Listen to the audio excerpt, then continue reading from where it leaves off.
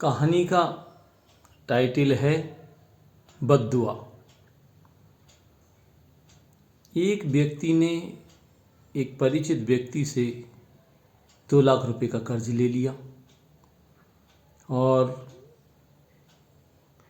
कर्ज काफ़ी लंबे समय तक उसने दिया नहीं और अपने सारे ज़रूरत के काम वह व्यक्ति करता रहा। उस व्यक्ति ने कई बार अपने पैसों को मांगा और ज़रूरत बताई कि भाई मेरे रुपए वापस कर दो, लेकिन वो अपने सारे काम कर लेता था कि अब वापस कर दूंगा, अब करूंगा, लेकिन कभी वापस नहीं करे।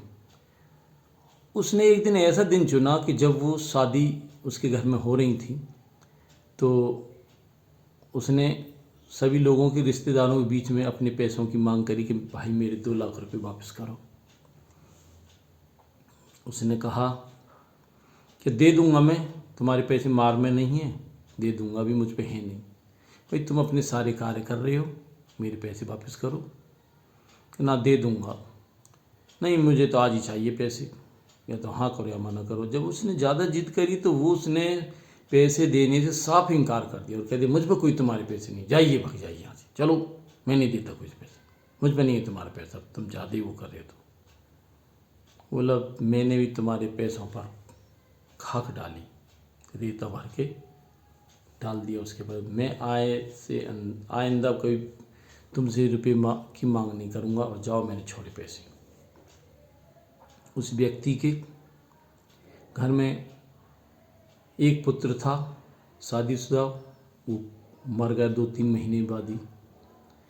कुछ दिन बाद फिर उस जिसने रुपए लिए थे उसकी पत्नी मर गई।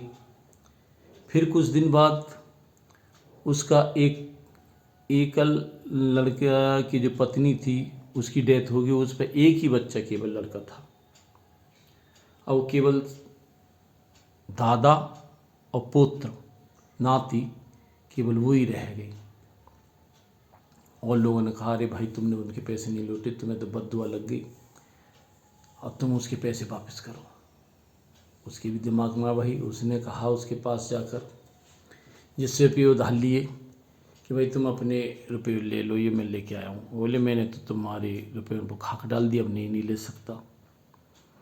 तो उसने कहा कि भाई मेरे तो कोई बचा भी नहीं, केवल मैं और मेरा नाती बचा, मेरा पूरा परिवार ख़त्म हो जाएगा, तो क्या बचेगा, मेरी प्रॉपर्टी का क्या होगा, सब अब तुम ले लो।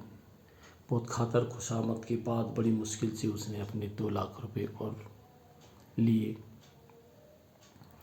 मेरा मानना यह है कि समाज में अगर किसी के रुपए हैं कोई उसके लौटा देने चाहिए। ये सत्य कथा पर आधारित कहानी है और किसी ने अपनी कहानी को बताया और यहाँ तक गुजरी। अक्सर देखा गया कि ऐसा होता भी है।